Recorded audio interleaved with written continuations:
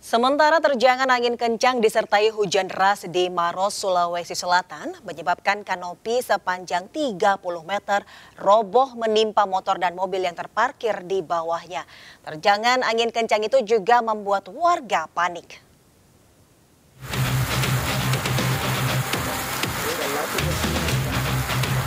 Kanopi sepanjang 30 meter roboh dan menimpa mobil serta motor yang terparkir di bawahnya di toko pusat oleh-oleh roti di Salendrang, Maros.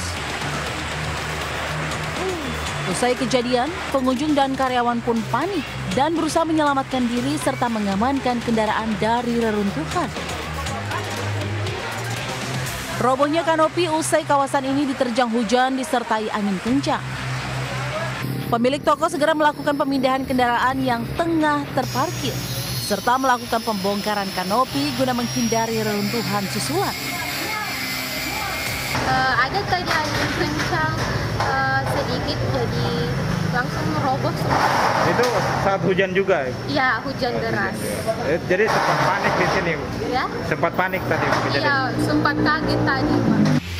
Meski tidak ada korban jiwa, namun kerugian ditaksir mencapai hingga puluhan juta rupiah.